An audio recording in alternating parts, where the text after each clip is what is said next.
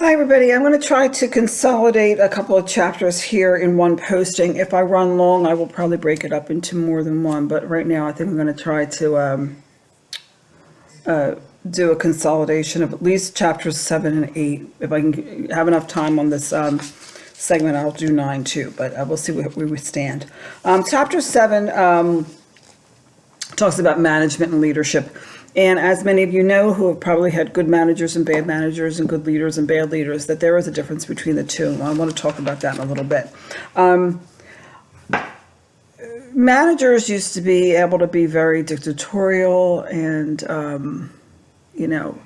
regimented and things like that. But a lot of things have changed lately. And while some people still have that as their style, there's a whole lot more happening in the management space that is leading it to evolve into a little bit more of an art than a science. So a lot of the things that were done in the past using heavy metrics and those types of things, while still valuable, are also being, riding alongside a lot of the human interface skills that managers are now working to have. So, it's something to know that having people skills is very important in the management space. The 4 functions of management are laid out are planning, leading, organizing, and controlling, PLOC. Basically, it tells you what they're doing. So if you ever wondered, what are they doing in there? That's what they're doing. That's what management is doing. It's planning, which is an ongoing endeavor. Generally what happens is that there's some kind of a high-level strategic plan that'll be a little bit more long-term and will take planning for an organization out 3 to 5 years, sometimes even a little longer. That trickles down to what has to happen to middle management in terms of the operations and the tactical plans that have to go on in the lower levels of management. So that's one of the chief functions of management, is to plan. The second is leading, which basically is determination of policy, procedures, like I said, monitor and control, those types of things that have to happen in an organization. All of these things are done. The organizing and the controls all are pointing upward to what management has planned for strategic goals for the organization.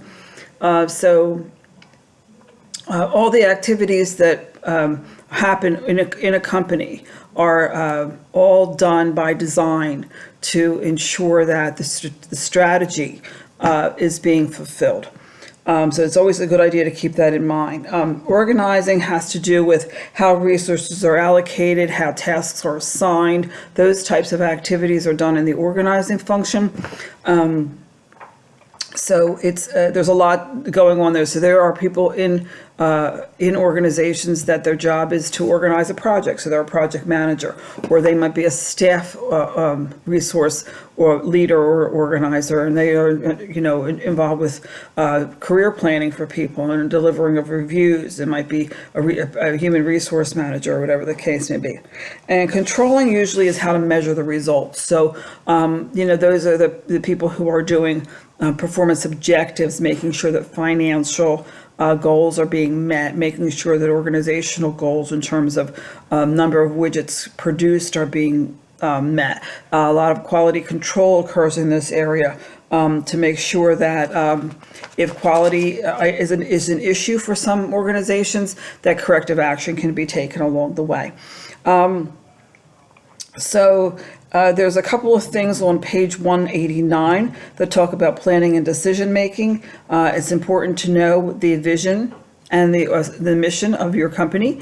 So most of the time there is a vision and a mission statement. Many times the visionary for a small company is the entrepreneur who has a defined idea of why the company exists and where it's going. So it's very forward thinking in terms of its definition. And the mission statement is, what do they do? What do we do here? So there are 2 different things. Many companies have both.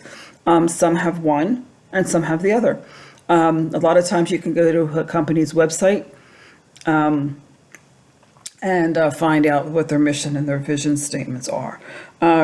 So one of the things that it's covered in deeper and probably more management classes is the SWOT analysis, SWOT, strengths, weaknesses, opportunities, and threats.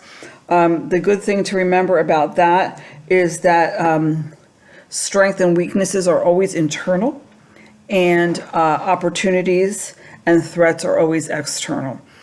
So this is used as a management tool to figure out if, let's just say, a product is doing well or not well.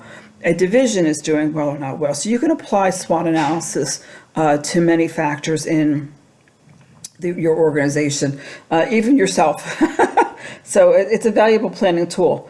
There's 3 levels of planning. Basically, you have your strategic planning, which is usually done at the strategic level of management. You have your tactical planning, which is done at middle management. So they're the people who are coming up with your processes and your procedures. And then operational management is usually setting up your schedules, and it's the more operational. Who's going to show up when? How many orders do we need to fulfill this week? That type of thing. So the last type of planning that they talk about is contingency planning, and that's basically your backup plans, what to do if your primary plans don't quite work. So you have people now who their whole career is spent in business continuity and disaster recovery, and basically their job is to ensure that, let's just say you're a software company and you have a server farm or whatever the case may be, and that site goes down in terms of energy, that your fallback is maybe 150 miles away in a different locale, in a different climate, or whatever the case may be, so that there's seamless operations can continue. So those contingency planners are out there, and it's an interesting job to have. So we talked about decision making. On page 192, finding the best alternative. There's you could spend semesters talking about how to make proper decisions. And I got to tell you, I was kind of chuckle with this section because, when you think about the number of products that have failed, the number of companies that have failed, there's obviously some people who are not very good at decision making that are still in charge of how we go about solving problems and the like. But it's also used as a tool. So we talked about ethics in another chapter. And ethical decision making is part of a model that should be considered, and to go through the actual process of thinking through the various steps and the implications of what goes on is important and relevant in terms of deciding what goes on in the business. Basically, there's levels of management. So we're talking about chapter 7, page 193. You have your top management. So this is a pyramid structure. Your top management, who would be your C level and S level, basically could be your board. They're all the people who make the strategic decisions. So that follows through the various levels of management and the various types of strategies that are out there. Middle management, so you have your branch managers and your plant managers, those types of folks. And this can vary in organizations. It's a little fluid once you get past that top layer, who goes where. Supervisory management are your supervisors, your department heads, the section leads, and those types of folks. And then you have at the bottom your non-supervisory personnel, which are your employees and your individual contributors. So that's how the basic framework of the pyramid structure of most organizations work. So you can have subsets of that. If you have multiple divisions, you might repeat that in every division. Some divisions might have just some segments of it. You can have different structures where you have all of HR at the corporate level, all of legal at the corporate level, and maybe all of compliance at the corporate level, and then various branches of the organization have their own HR, their own operations managers along the way. So there's all different ways to structure an organization. As long as most of the functions are there, you're probably in good shape. So talking about different skill sets that are needed by various levels of management. So sometimes when you're really good at your job, you get a promotion and then you don't do well at it. And you wonder, what the heck just happened here? I was really good at being a technician, and now they put me in a management and I'm really floundering. It could just be that there's a mismatch for your skill set. Maybe you're better off being an individual contributor and being a technician. Some people do not necessarily have transportable skill sets to go up the chain, and some people do it very, very well. Some people come in at the top level and they really never know what folks at the lower levels in their organization are doing. And I don't mean lower level as not important, but in terms of operational structure. So it's very interesting. You'll see that people at the higher levels of organizations sometimes are very global thinkers and don't think of things in terms of smaller components along the way. And then you have people at the other levels, the more operational levels of management, who think about things in a very, very step-by-step, process-oriented way. You have some folks that are lucky enough to have a little bit, I guess, broader view of things, and they're able to bring those viewpoints into other levels. And if you have the opportunity to work for somebody who's a good manager and they have had experience in their job, sometimes that can help you make your job go a little better. It could also work the other way. They could have no empathy for you whatsoever. So it just depends. But that's an interesting chart on page 194 that talks about the types of skill sets that various levels of management need. And it does change as people do go up the organizational structure. And it's funny because you'll find that people who are their happy place, if their happy place is in the widgets, in the technology and production, even managers as they go up the chain will sometimes revert and find that they go back to the way that they used to do some things, and it doesn't necessarily serve the organization well when that happens. We talked about staffing in this chapter, finding the right people to do the right work, and sometimes that can take a little bit of time. Like I said, people make decisions to go up. It's a shame. Some people have organizations or they have skill sets that they're technology or their structure only takes them to a certain level, and then these people feel like that ceiling has come down on them and they can't get any higher organizationally.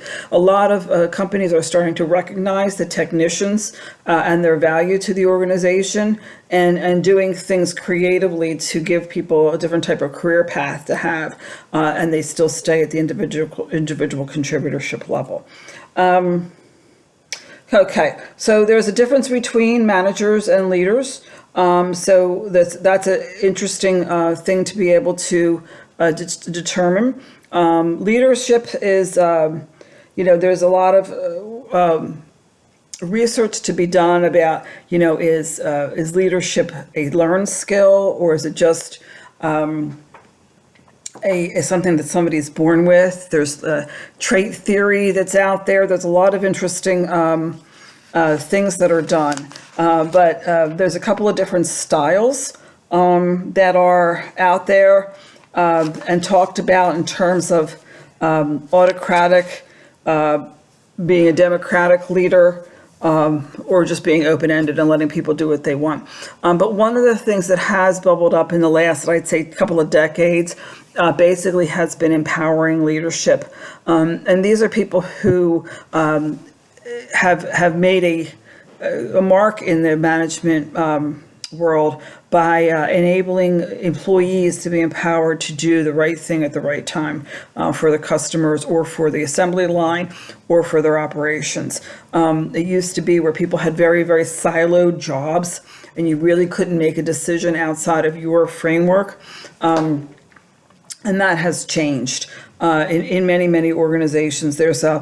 I can't remember the name of the department store. I think I want to say, it's given my mind. It's a high-end store, and basically they have said that, any of their customer service folks can make an adjustment of X number of dollars for any customer that comes in. So as long as, what you need to have done or fixed or corrected falls under that dollar threshold, those employees are empowered to take that action. Rather than have to go get a manager and get approval and get documentation. They just take care of it on the right there at the point of sale, which is very important. There's nothing more frustrating than being a consumer and not being able to get something, done through the person who only really has a limited amount of power. So that's really important, and that's a good thing that has happened in the workplace. Controlling is basically the structure of making sure that the guidelines, the principles, the operations are working and are all aiming towards the strategic plan. So basically on page 201, it talks about having clear standards, being able to monitor actual performance, and then comparing the results of your plan to your actual or your standards, and then communicating the results and deviations to the appropriate employees. So basically, you're giving them feedback on how things are going, and then making any corrective action. So on the bottom of that page on 201, at least in my book, it goes through the 5 steps and basically have a feedback loop that allows you to take kinds of corrective actions along the way. It doesn't do any good to have a bunch of numbers, a bunch of metrics, and that type of thing that nobody's looking at. And okay, so that your quality, is suffering or whatever the case may be, and then you don't take anything to correct that. Yep. All right, so I'm gonna go right into chapter 8 and talk about structuring organizations for today's challenges along the way. There's a lot of organizational theories out there. Some of the book presents some historical background. It's good information to know so that you have the concepts and some of the terminologies in line. And if you're interested in that type of thing, the things that come out of the first 3 pages are the fact that, everybody's reorganizing because these businesses are like a living and breathing entity, and they require change along the way. People change, directives change, money changes, all that kind of stuff. Companies that were huge a couple of decades ago might not even be in existence today. Some companies that were very small have gone through growth pains, and this all makes a difference. So you have a representation of a typical organization chart on page 217, which has, like I said, a president at the top, and then functional units along the way, and then supervisors, and then people under that. That's the way that a lot of organizations are still structured. That works for many organizations. Some other companies are set up by product function. So there's very many different ways to structure an organization.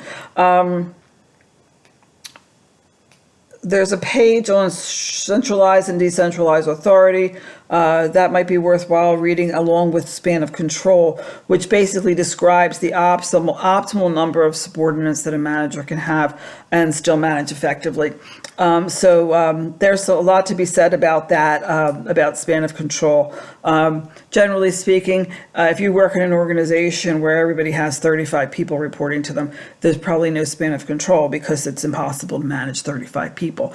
Usually what would happen in that case is that one person would say, okay, I'm going to take 4 or 5 of my resources that look like they're in the capacity of leadership, and then give each of those people 5 or 6 people so that you have some kind of control. So that person is only really relating to 5 or 6 people, and then those people are related to 5 or 6 people. Once you get past a certain number, and that varies by organization, and by structure as to where that fine point is. There's organization models, line and staff, line organization matrix, all worthwhile reading in this chapter. Sometimes you'll find yourself like a dotted line. You work for Mary, but you're a dotted line to Bob. That's a matrix. That's a symbolic of a matrix organization. Sometimes matrix organizations are also used with regards to a project. You're just on a project for a specific period of time, and you're actually reporting to a different manager for that. And then the rest. Then after that's done, you go back to your normal manager.